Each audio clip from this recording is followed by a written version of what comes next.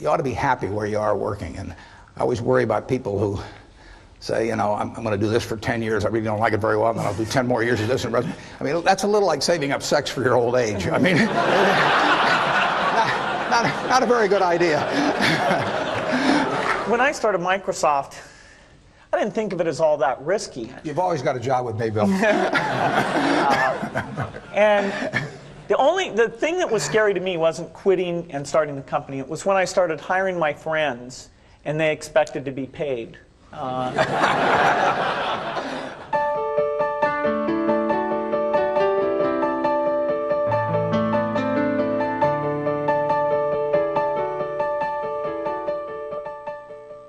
Buffett and Gates on Success was made possible by the Floyd and Dolores Jones Foundation, supporting efforts to enhance public education and a better understanding of business and investing in the American economy.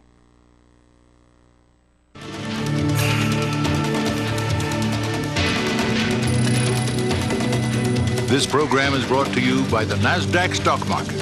Timely investment information is available at NASDAQ.com. And by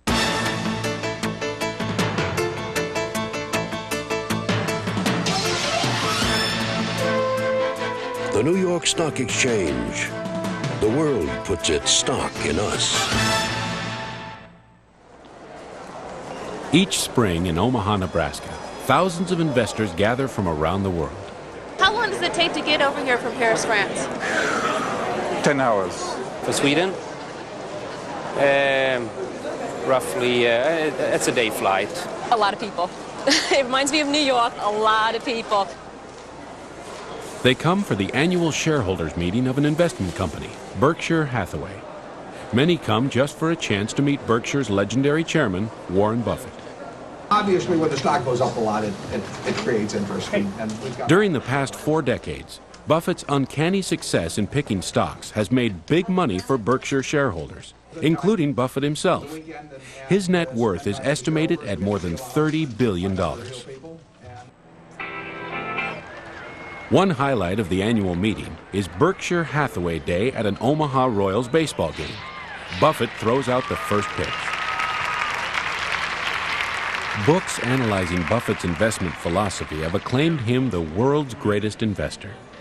But he's made his fortune in companies well known to all. Companies such as Coca-Cola, Gillette, and Dairy Queen. He avoids anything high-tech. So how long have you been using the computer? Yet one of Buffett's good friends is Bill Gates. Microsoft's co-founder and CEO is 26 years younger. His enormous success has come from a technological revolution that he has done much to pioneer and popularize. Gates started Microsoft with his high school friend Paul Allen when Gates was still in his teens. Their investment, $1,500. Ski jumping. The ski jumping, that's pretty exciting, isn't it? Today, Microsoft's annual sales exceed $14 billion. It is the world's leading developer of software for the personal computer. And Gates is the PC's globe-trotting evangelist, celebrating its many benefits. Am I going to have time to get everybody? Okay. Success has made Bill Gates the world's wealthiest and perhaps most famous entrepreneur. It also has made Microsoft a target of controversy. The popularity of its Windows software has brought legal challenges from government antitrust regulators. They've tried to limit Microsoft's expansion into new fields, such as the Internet. Bill Gates and Warren Buffett share a restless curiosity and fascination with the future. Together in the spring of 1998, they came to the campus of the University of Washington in Seattle. They came to share their experience and their combined wisdom in conversation with students from the university's business school. Young people overflowed the Student Union Auditorium for an extraordinary conversation with two of the most successful business leaders of our time. So please join me in giving a University of Washington Business School welcome to Bill Gates and to Warren Buffett.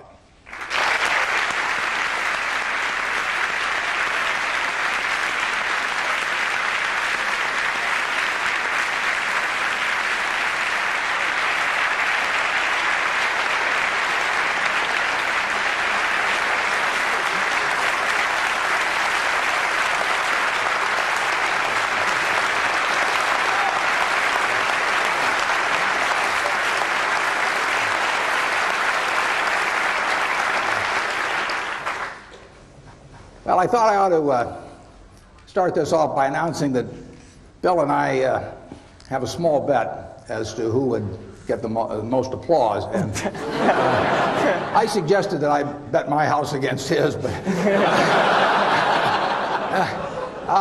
we settled on a small sum, but evidently it isn't so small to Bill because just before we came out, he gave me this Nebraska Cornhuskers shirt to wear, and he puts on this purple shirt. We're going to answer your questions. Whatever you want to talk about is fine, and we don't want any softballs. And I thought by wearing this Cornhusker shirt that I could guarantee hardballs right in my head. When we went to the game last year, about halfway through the first quarter, Bill said, "What's that big N stand for on those guys of yours?" I said, "Bill," I said, "what the hell?" I said, "It's knowledge." We all agree on that in Nebraska. Well, they've asked us to start out talking with the two of us on one question, but then it's going to be your questions, and we're going to just have you line up behind the microphones, and we'll go back and forth. They did ask that we might start off with talking about sort of what got us here, and it's pretty simple in my case. It's not IQ. I'm sure you'll all be glad to hear that. But everybody in this room has more IQ than they need to do my job.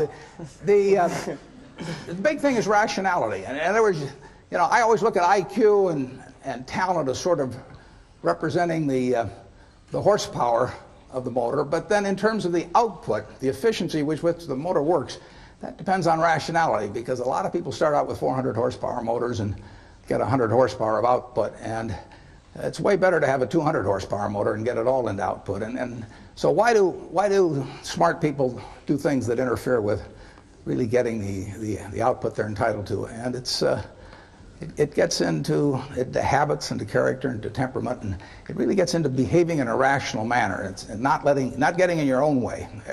As I say, everybody here has the ability absolutely to do anything I do and much beyond. And some of you will, and some of you won't. But it will. The ones that won't, it will be because you get in your own way. It won't because the world doesn't allow you to. It will be because you don't allow yourself to. So I have one little suggestion for you. Pick out the person in the class that you admire the most, and then write down why you admire them. Put down a list of qualities. You're not to name yourself in this. And then put down the one that frankly you could stand the least in the whole group, and put down the qualities that turn you off in that person. Then look at that list, and you won't find it's a bunch of things like throwing a football 70 yards or anything of the sort. The qualities of the first one that you admire are qualities that you, with a little practice, can make your own, and which, if practiced, will become habit forming.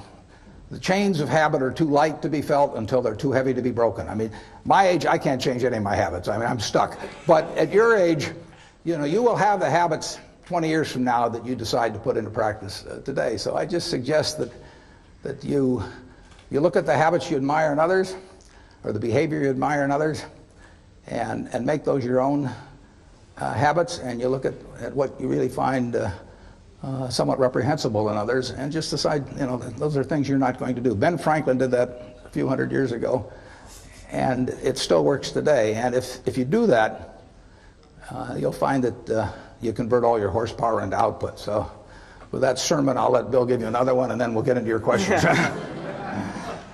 Well, I think Warren's absolutely right about habit.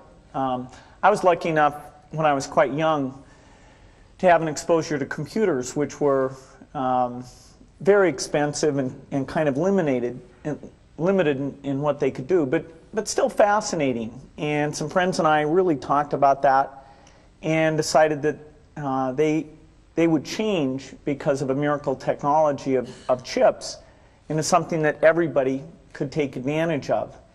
And we really thought writing software was a neat thing. We hired our friends who wrote software. We thought about what the potentials were and really didn't see any limit. And so that vision of getting our friends together, getting them to work as a team, really seeing what kind of tool this could be, a tool of what we talked about as the information age, where the key thing is magnifying your brain power instead of just your muscle power. And by pursuing that with a pretty incredible focus and being there at the very beginning of the industry, we were able to build a company that has played a very central role in what's been a pretty big revolution. Now, fortunately, the revolution is still at the beginning. It was 23 years ago when we started the company, but there's no doubt that taking the habits we formed and sticking with those, which would be hard to change, the next 23 years are going to give us a lot more potential and maybe even get us pretty close to that original vision, which was a computer on every desk and in every home. And that's a fun thing to be involved with. Okay, fire away. I was wondering how you define success personally. Well, I can certainly define happiness because that's what I am. I mean, I mean, I get to do what I like to do every single day of the year, and I get to do it with people I like. And I don't have to associate with anybody. Causes my stomach to churn. The only thing in my job I don't like, and this only happens about every 3 or 4 years, occasionally I have to fire somebody, and I don't like. That's the only thing. Other than I tap dance to work, and I get down there, and I think I'm supposed to lie on my back and paint the ceiling, or something like Michelangelo. I mean, that's the way I feel, and it doesn't diminish. It's tremendous fun. So, if they say that success is getting what you want and happiness is wanting what you get. Well, I don't know which one applies in this case, but I do know that I wouldn't be doing anything else. I mean, I do advise you, when you go out to work, go to work for an organization that you admire, people you admire, because it'll turn you on, and you ought to be happy where you are working. And I always worry about people who say, I'm going to do this for 10 years. I really don't like it very well, and then I'll do 10 more years of this. I mean, that's a little like saving up sex for your old age. I mean, not a very good idea. So get right in. You would recommend that. Get right into what you enjoy, and you'll be successful at it. You really will. I mean, you won't be able to miss. And that's. I don't regard what I do as the most important thing in the world at all, but it's right for me. I mean, I happen to be wired in a certain way that what I do works in this. If I had to do what Bill does, I mean, it lasts about 10 minutes. And that's true of a lot of things, but luckily I kind of stumbled into the thing that I do best, and that it's worked out well. Bill? Well, I think that the key point there is you've got to enjoy what you do every day. And for me, that's working with very smart people. It's working on new problems. Every time we think, hey, we've had a little bit of success, we're pretty careful not to dwell on it too much, because the bar gets raised. People's expectations of the products, we've always got customer feedback telling us the machines are too complicated, they're not natural enough. And the competition, the breakthroughs, the research make the field I'm in, I think, the most exciting field there is. There's some other good fields. Biotechnology is a good field because it's changing the world of medicine and health.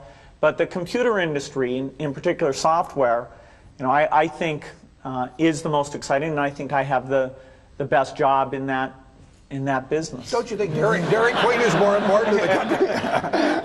You can manage Dairy Queen. Yeah. I'll go and buy the dilly bars. Yeah, I'm counting on it. We'll raise the price when you come. Okay. You don't want to get in. I have turned down business deals that were otherwise decent deals because I didn't like the people that I would have to work with. I didn't see any sense pretending it.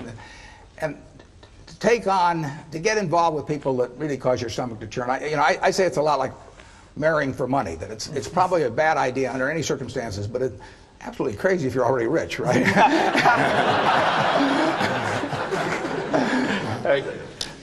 Both of you are innovators in your given industry. I was wondering what your definition of innovation is. Well, I don't do a lot of innovating in what I do. I mean, my job, I really have just two functions in my job. One is to allocate capital, which I enjoy doing, and the second one is to have a group of managers, to keep a group of people, 15 or 20 managers, enthused about what they do when they have no financial need to do it whatsoever. At least 3/4 of the managers we have are rich beyond any possible financial need. And therefore my job is to figure out how to cause them to want to jump out of bed at 6 in the morning and work with all of the enthusiasm they did when they were poor and starting. And if I do those two things, they do the innovation. So that Bill innovates. Now he can tell you about it. Well, the technology business has a lot of twists and turns, and that's why, partly why it's such a fun business, is that no company gets to rest on its laurels. IBM was as dominant or more dominant than any company will ever be in technology. That's just not going to happen again. And they had the smartest people, and they had all the customer feedback, and yet they missed a few turns in the road. And so that makes you wake up every day thinking, let's try to make sure today's not the day we miss the turn in the road. Let's find out what's going on in speech recognition. Let's go find out what's going on in artificial intelligence. Let's make sure we're hiring in the kind of people who can pull those things together and make sure we don't get surprised. Sometimes we do get taken by surprise. For example, the internet came along, and we had it sort of as a 5th or 6th priority. It wasn't like somebody said internet to me and I said, oh, I don't know how to spell that. I said, yeah, I got that on my list, I'm okay. But there came a point where we realized it was happening faster, and it was a much deeper phenomena than it had been recognized in our strategy. And so that was a case where, as an act of leadership, I had to create a sense of crisis and have a couple months where we all just threw ideas and sent electronic mail around, went on a bunch of retreats, and then eventually coalesced around a few ideas where we said, okay, here's what we're going to do, here's how we're going to measure ourselves internally, and here's what the world should think, here's what we're going to tell them about what we're going to do. And that kind of crisis is likely to come up every 3 or 4 years or so. Next time it comes up, remember Yogi Berra, Bill. When you reach a fork in the road, take it. Growing up, who were your biggest role models, and what kind of a role did they play in your success?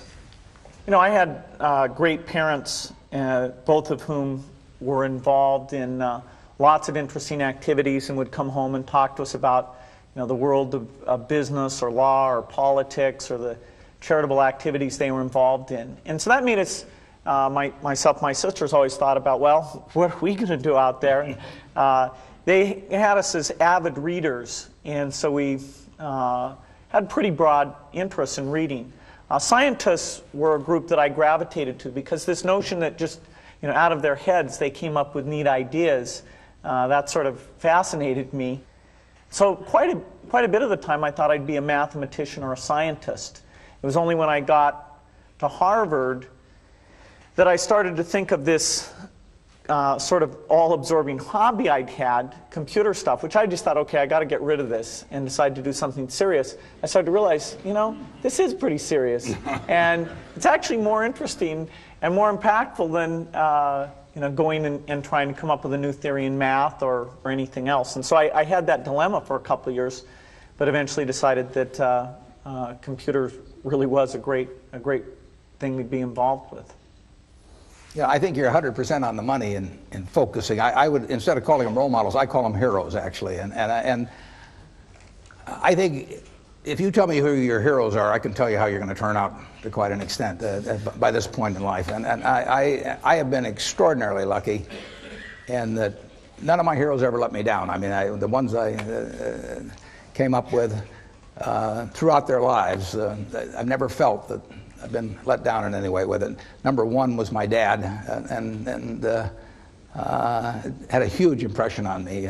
My wife, who is here, is one of my heroes. I mean, she is, in terms of she's taught me a tremendous amount, and never seen anybody any better with human beings than she is. And you can Yogi Berra again said you can observe a lot just by watching, and I watched my dad, and I've watched her, and I had a professor, Ben Graham, back at Columbia, and had a huge impact on me. So I have been lucky in that I've had terrific heroes, and they haven't let me down, and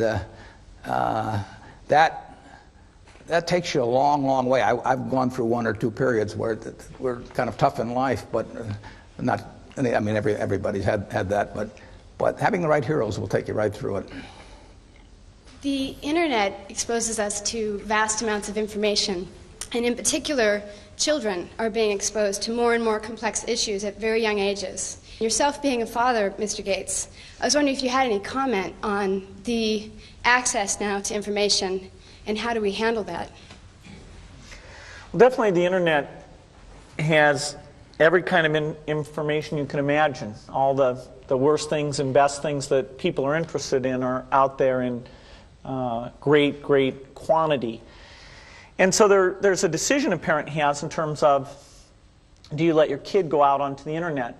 One great thing about the internet is if you set it up the right way, there's a log of exactly what the person's gone and looked at. And so you have to decide up to what age do you think it's legitimate that you have access to see where they're going and what they're interested in. And personally, I'd rather see what my kid is interested in and talk to them about it than try and block altogether them ever learning anything about it. Because someday in their life, whether it's a magazine or a friend or a terminal that I don't control, if they're curious about something,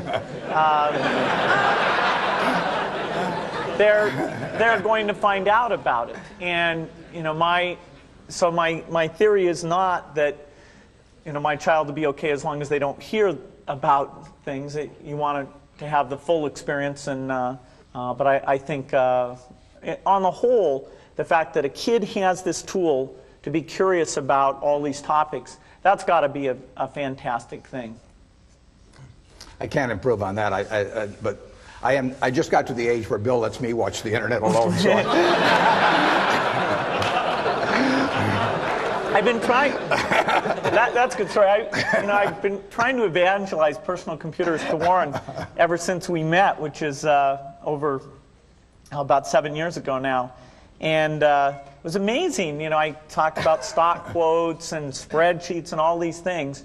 And in the end, it wasn't my talking at all that got him on. It was the ability to play bridge with his friends. And, now he's incredible. He's an addict. Yeah. Do you feel that technology has made businesses more efficient to the point where you can pay more for them? Well, I'm sure technology has made more efficient, and if I thought otherwise, I'd be afraid to say so with Bill sitting next to me. But a lot of things in business, including maybe much of technology, really has the same effect as if you went to a parade and the band started coming down the street, and all of a sudden you stood up on tiptoe. I mean, in another 30 seconds, everybody would be on tiptoe. It'd be hell on your legs, and you wouldn't be seeing any better. And there is that aspect to business, that there's a self-neutralizing aspect. Now, Bill, tell them how much technology you'll make for them. No, I think there's definitely a lift, a one-time lift, where you go from not using technology well to using it well, particularly if U.S. companies are doing that better than their competitors outside the United States. And so you get all this ability to communicate, and so you get global scale in a lot of businesses that wouldn't have had it before. If you look at the really big earners in that, who are generating this 20% return on equity, a lot of them are companies like Coke or Microsoft or Boeing or GE, which are going to that worldwide marketplace. And I know every one of those has been helped by technology. But that cannot explain why 10 years from now they'd be getting that type of return on equity. There's something almost certainly ephemeral about current conditions. Capitalism tends to be self-neutralizing in terms of improvements, but that's marvelous, because it means we've got better everything than we would have otherwise. But the real trick is to stand up on tiptoe and not have anyone notice it. I mean, if you can do that, then you do very well. Yeah. Bill, Warren, The world is becoming a much smaller place, both in technology and in finance. How do you see yourselves as businessmen taking your businesses globally, and how do you view that individually as a person? Well, I've got an easier answer, so I'll let Bill think while I give the easy answer. We don't do it directly. I mean, our two largest commitments are Coke and Gillette, and Coke has 80% of their earnings coming from abroad, and it'll be larger in the future. Gillette has 2/3 of their earnings coming from abroad, and that'll be larger in the future. So they are participating in a worldwide improvement in living, and they'll continue to participate. So we do it by piggybacking them, and I can sit in Omaha, and let Doug Ivester at Coke fly all over the world and do a tremendous job doing it. Bill has to get out there and do it for Microsoft, and I'll let him tell you how.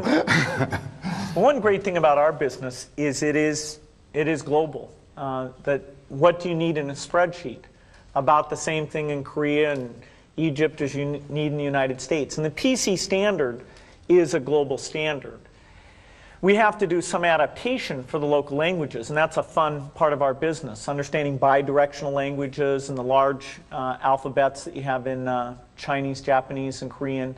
And over the years, we've gotten very, very good at that. In fact, our market share is much higher outside the United States than it is inside the United States, because it's relatively hard to set up subsidiaries, understand local conditions, local distribution, and relationships. And so, since most of our competitors are in the U.S. and aren't as good at doing international business, we thrive even better in these other countries.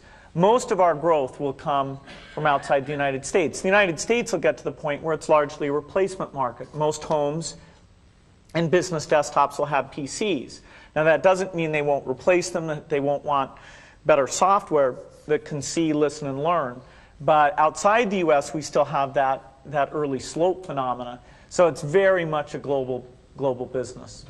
When you think about it, many of you are probably too young to remember with clarity. Anyway, 15 years ago, this country almost had an inferiority complex about its ability to compete in the world. And with software and the whole development of the computer, now the rest of the world is looking to us, and Bill has played a big part in that. I mean, he has contributed in a major way to a change in our attitude about this country and the world's attitude about this country.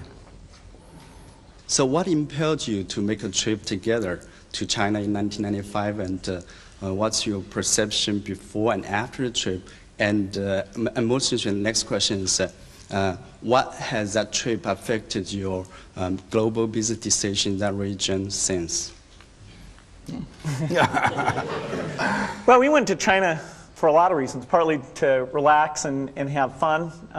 We found a few McDonald's there, just so we didn't feel too away from home. It was also exciting to go and see all the changes taking place. I mean, it's so amazing what's going on there. And we saw different parts of the country, got to see some of the leaders. It's a market that Microsoft had already been investing a lot, and we've upped that quite a bit since then. Although about 3 million computers get sold every year in China, people don't pay for the software.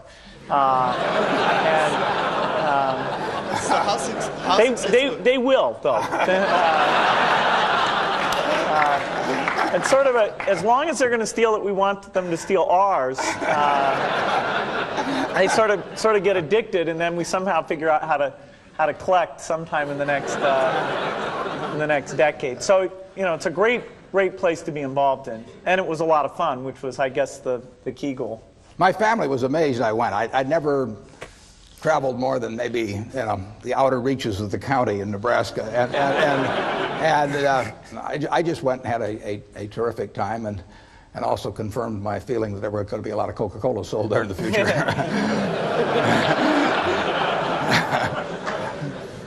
I told everybody over there it acted as an aphrodisiac. I don't know whether.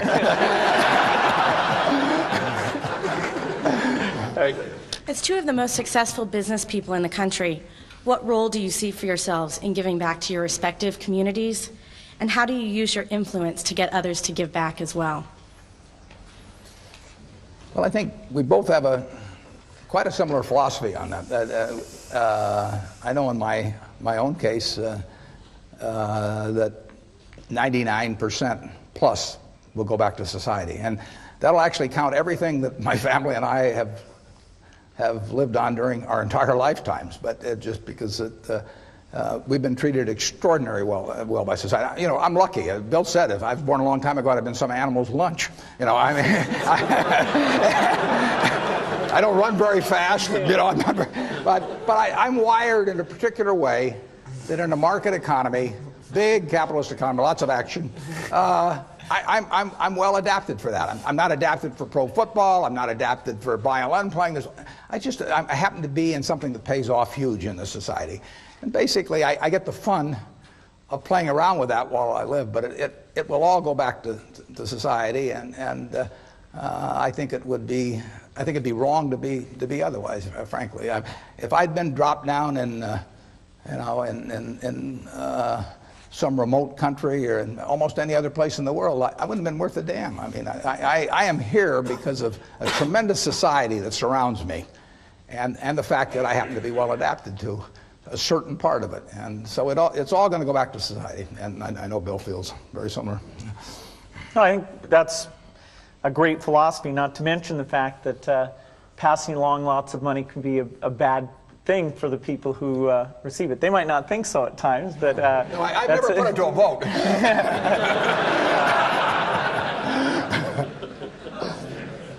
No, I really don't think it's right that frankly, I don't think it's right that the quarterback of the Nebraska football team next year should be the eldest son of the quarterback of 22 years ago. Nor do I think that our Olympic team in 2000 should be chosen as to be from the same family that was on the Olympic team in all the respective sports in 1976. I mean, we believe in the meritocracy when it comes to athletics and all kinds of things. Now, why not have a meritocracy in terms of what you go out into the world with in terms of the productive goods? Let the resources flow to those who use them best. But then I think they ought to give it back to society primarily when they get through. I do not believe in a divine right of the womb. I mean, I do not think that that if you select the right womb that you're entitled to do nothing the rest of your life. It doesn't make any sense.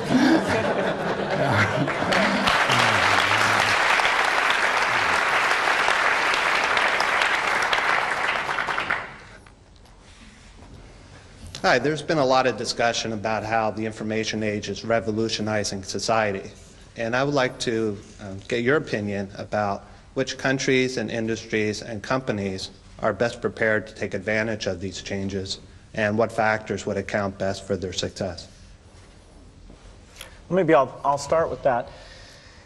If you look at what's happened in personal computers or what's happened in business in general, in terms of how we allocate capital and let labor move around, the United States has emerged in a very strong position. And so the first beneficiary of all this information technology will be the United States. There are a few other areas like Singapore, Hong Kong, the Scandinavian countries, where they're adopting the technology at basically the same rate that we are. There's a few countries that even relative to their level of income are going after the technology because they believe so much in education. In Korea and many parts of China, we see incredible penetration of personal computers, even at very low income levels, because they basically decided it's a tool to help their kids have access to information and to get ahead. The whole world is going to benefit in a big way. You know, there'll be this shift where instead of your income level mainly being derived by what country you're in, it'll be derived by what your education level is. So today, a PhD in India doesn't make nearly as much as a PhD in the United States. Well, as you get the internet allowing services and advice to be transported as efficiently as goods are being transported through shipping and all those things, then you'll get essentially an open market bidding for that engineer in India versus the engineer here in the United States. And that benefits everyone because you're taking better advantage of those resources and people are better off. So the developed countries will get the early benefit from these things. In the long run, the people who are lucky enough to get a good education in developing countries will actually get an absolute, the biggest boost from all these things that go on. I didn't get it at first, but it's huge, and it will change the world, the technological revolution, in dramatic ways and quickly. Ironically, our approach to that is just the opposite of Bill's, but that his is the right one for the world. Ours is the right one for me. I look for businesses where I think I can see what they're going to look like in 10 or 15 or 20 years. We don't own any, but if you take Wrigley's chewing gum, I don't think the internet's going to affect how people chew gum. You know, and Bill probably does. I mean, but I don't think it's going to affect the fact that Coke will be the drink of preference and will gain in per capita consumption around the world. I don't think it'll change whether people shave or how they shave, or the fact that they like a better shaving system, as the Mach 3 is going to be very shortly, I might add. So we are looking for the very predictable, and you won't find the very predictable in what Bill does. You'll find the more exciting things, the things that are going to change society more. And so I have a little different opinion. As a member of society, I applaud what he's doing, and as an investor, I keep a wary eye on it. And that's. You know, it's a different approach to investing. Most people think of that all as opportunity, and it has been opportunity. Every internet stock has gone crazy here in recent months, but I don't know how to look at one or the other and tell the winners. Yeah, this is an area I agree strongly with Warren on. I think the multiples of technology stocks should be quite a bit lower than the multiples of stocks like Coke and Gillette, because we are subject to complete change in the rules. You know, I know very well that in the next 10 years, if Microsoft's still a leader, there will have been at least three crises that we will have had to really prove our excellence in. I accidentally once, when we were on a panel with the CEO of Coke, I said something like, I couldn't run my business when I get to be 60 because it's such a hard business, not like Coke. And I offended him without meaning to. You won't offend me. I want to be in a business I can run when I'm 100 because I plan to do it. I'm going to retire about 5 years after I die. Maybe. Starting a new company is very risky. How do you determine when is the best opportunity to start a new company, and how can you get people to support you?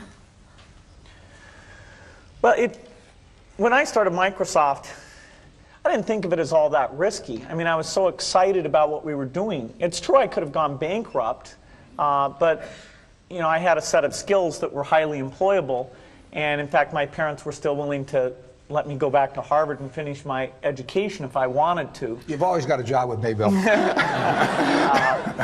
And the thing that was scary to me wasn't quitting and starting the company. It was when I started hiring my friends and they expected to be paid. And then we had customers who went bankrupt, customers that I'd counted on to come through.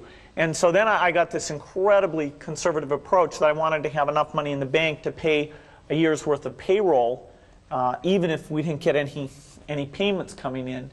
And you know, I'm almost true to that the whole time. We have about $10 billion now, which is pretty much enough for the next year.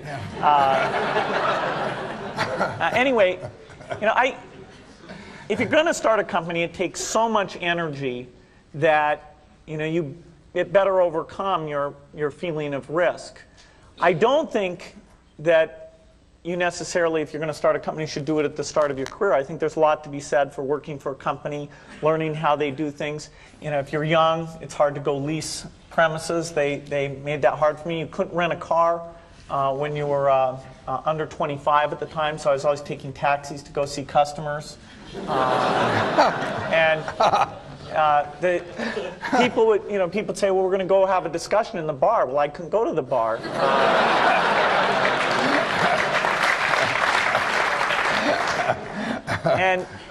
But that's fun, because I'll tell you, when people are first skeptical and they think, oh, this kid doesn't know anything, then when you show them you've really got a good product and you know something, they actually tend to go overboard and they think, whoa, they they know a lot.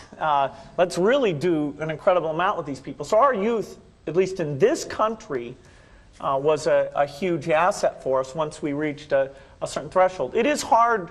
It's hard to hire older people because they'll be a little bit conservative about whether they should come and take the risk. And it took 3 or 4 years before we could go out into the normal sort of employment pool. But those problems that come with starting a firm, you better think of those as part of the pleasure, part of the challenge that is part of the excitement.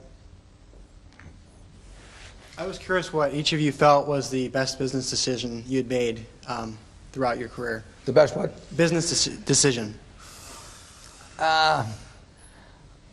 I think just jumping in the pool, basically. I mean, I've always enjoyed what I've done, and a few things have worked out very well. And the nice thing about the investment business is that you don't need very many. But you'll see plenty of times when you get chances to do things that just shout at you.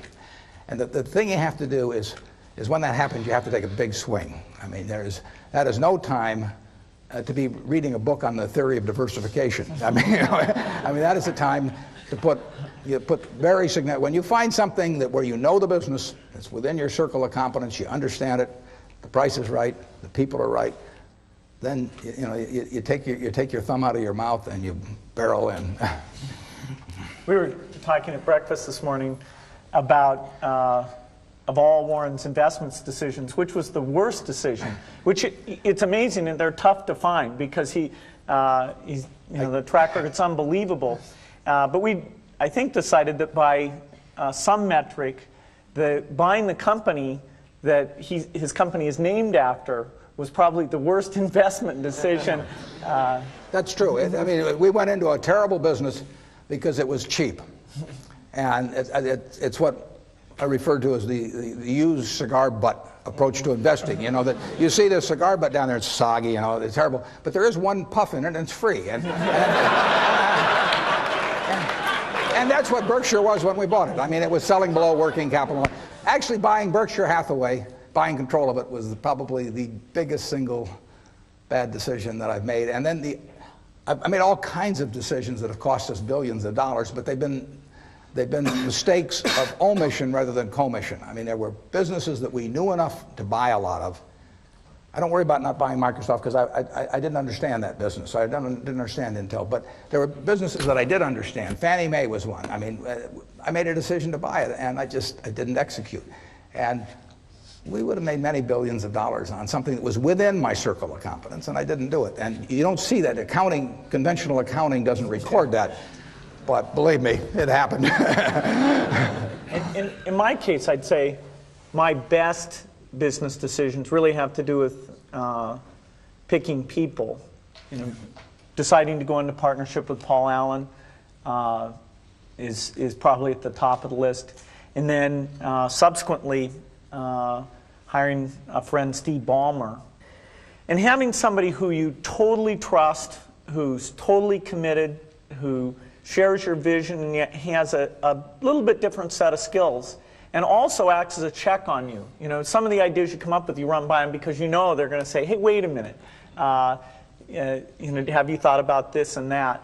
And just, the benefit of sparking off of somebody who's got that kind of brilliance, it's not only made it fun, but it's really led to a lot of success. So picking a partner is crucial. Yeah, and I've had a partner like that, Charlie Munger, for a lot of years, and it does for me exactly what Bill was talking about. Charlie, and so you have to calibrate with Charlie, though, because Charlie says everything I do is dumb, but if he says it's really dumb, then I know it is. But if he just says it's dumb, I take that as an affirmative vote. Go ahead. If you can change one thing in your life, what would it be and why? My age. I never look back. I just don't worry about anything. I mean, so I consider myself unbelievably lucky. So the idea of saying I could have even been a little luckier if this or that had happened, I could have been a lot better looking, or I could have been a better athlete, or all that stuff. But so what? You play the hand you get, you play it as well as you can, and you're thankful if you're lucky enough. The odds were, when I was born, the odds were over 50 to 1 against me being born in the United States. I mean, I had a 2% probability, you know. Well, if I'd known that, I might have given up and not come out. I mean, but here it was, you know. I was lucky enough to be born here, and I was lucky enough to have two terrific parents, and they raised the three kids in a way that helped me enormously in life. So, I mean, when you got all that going for, I just don't think you look back and think about anything that could be changed better. I'm thankful. Isn't there at least one bridge hand you would have played differently? Well, I have a partner who says I should have played every bridge hand differently. I asked her one time, I said, how should I play that hand? And she said, under an assumed name.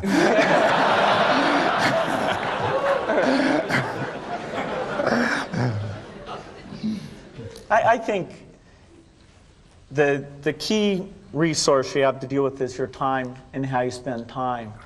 And I'm pretty rigorous at looking back each year. I even get my friend Steve Ballmer to come in and look at my schedule and criticize, hey, you didn't really need to spend time on this or that. And that's pretty useful because, you know, if I can get more time to sit down with the engineers, if I can get more time to get out with some customers, those are the things I just love to do. And you know, it just gets me excited, it clears my mind, and so, you know, I'm always trying to make sure that I'm only doing the things that are important.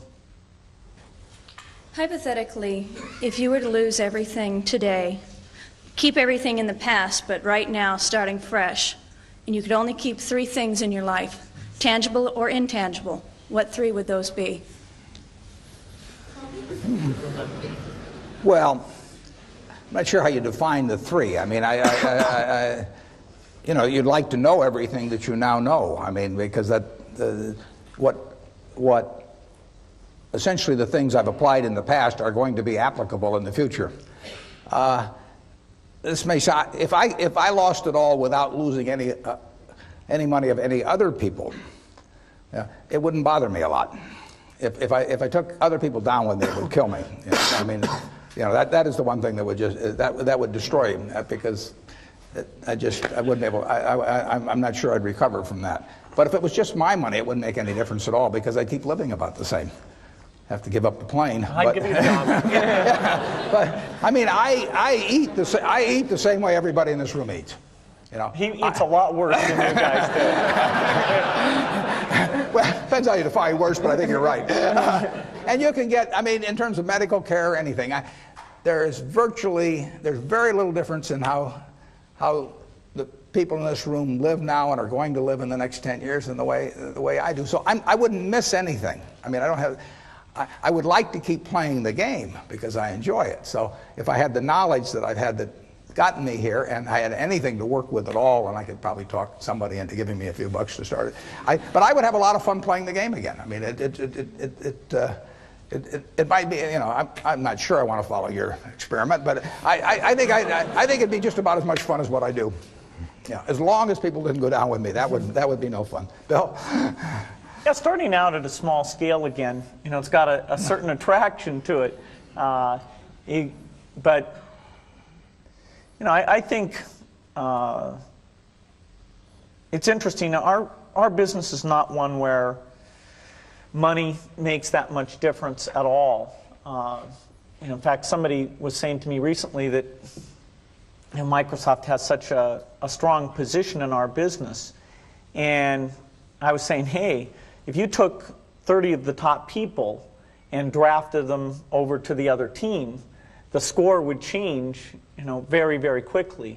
First of all, not only would the 30 go, the people who like working with the 30 would go with them. And so that there's not some asset there. It's, you know, all the products are going to be obsolete very, very rapidly. It's the people and their sense of how to do things and their enjoyment and working with each other. And, you know, it'd be a shame to give that up. But, you know, starting another company like that again, I'd have a blast doing it. In light of public controversy that's caused a lot of confusion in my mind and has polarized most of my friends and associates, and perhaps has caused one or both of you to lose some sleep, I'd like to ask you to share your perspective of what purpose or what appropriate role antitrust legislation should play in American business? I am no antitrust scholar. I think that well, I met Bill 8 years ago, and he's a terrific teacher, and so he spent about 6 or 7 hours explaining his business to me. And he actually, I mean, here I am, the world's biggest dummy on technology, but he explained it to me pretty darn well. And when he got through with it, I bought 100 shares of stock just to keep track of him. And I think that shows two things. One is that I've got an IQ of about 50. And the second is, I didn't think he had any monopoly.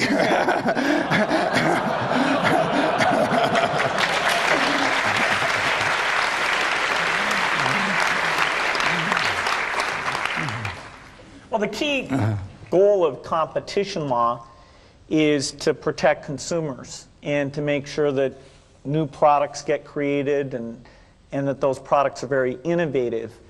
And you can look in the economy at different sectors and say, you know, where is that happening very well and where is it not happening as rapidly? No matter how you score it, there's no doubt that one sector of the economy would stand out as absolutely the best, and that's the personal computer industry. And so the price of computing before the PC came along was going down at a certain rate. The PC came along and now it's gone down at an incredible rate. The variety and quality of software has also increased at a phenomenal rate.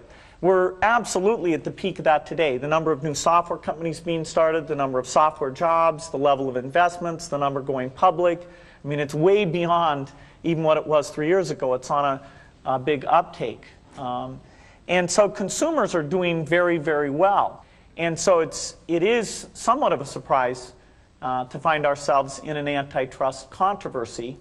And, you know, thank goodness for the judiciary, which is an environment where facts are tested in an appropriate way and people can see, you know, has the competition worked in the way it should? Has it been beneficial to consumers? And there's no doubt in our mind where that's going to come out. It seems to a lot of people that in both your companies, the success is driven by your enthusiasm and your leadership skills.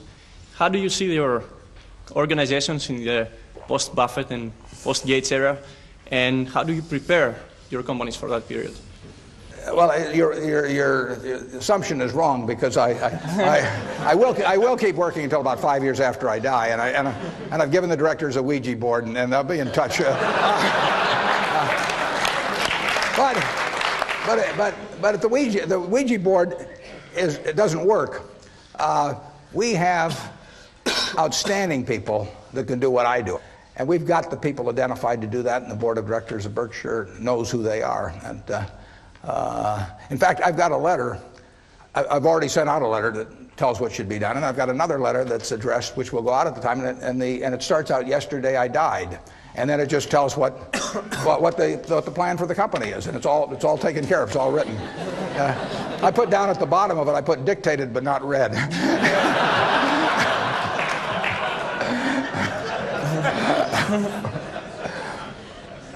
Yeah, my attitude is a lot like Warren's. I want to keep doing what I'm doing for a long, long time.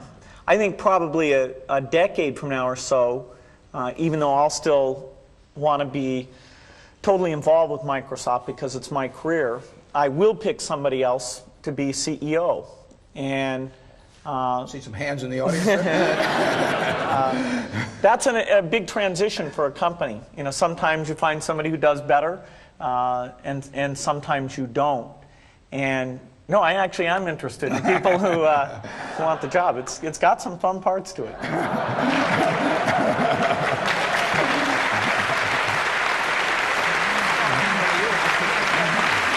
I just want to make certain that they hear that we specifically and formally thank Warren Buffett and Bill Gates for visiting the University of Washington Business School. And please show them your appreciation as I show them out of the auditorium. Thanks again.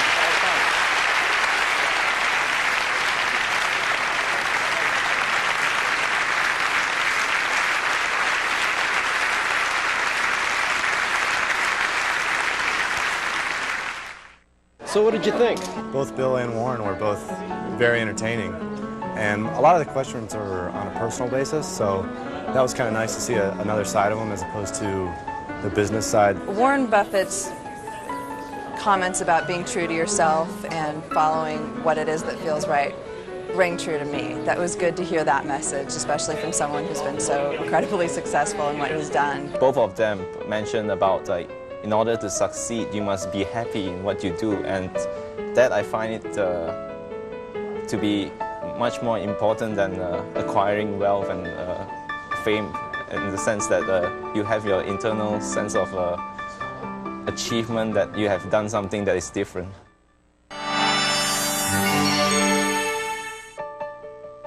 Buffett and Gates on Success was made possible by the Floyd and Dolores Jones Foundation, supporting efforts to enhance public education and a better understanding of business and investing in the American economy.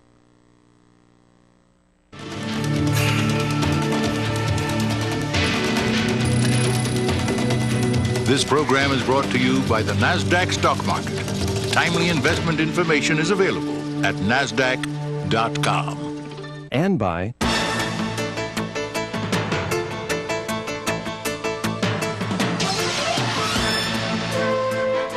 the New York Stock Exchange. The world puts its stock in us. To order video cassettes and the transcript of Buffett and Gates on Success, please call KCTS at 1-800-937-5387.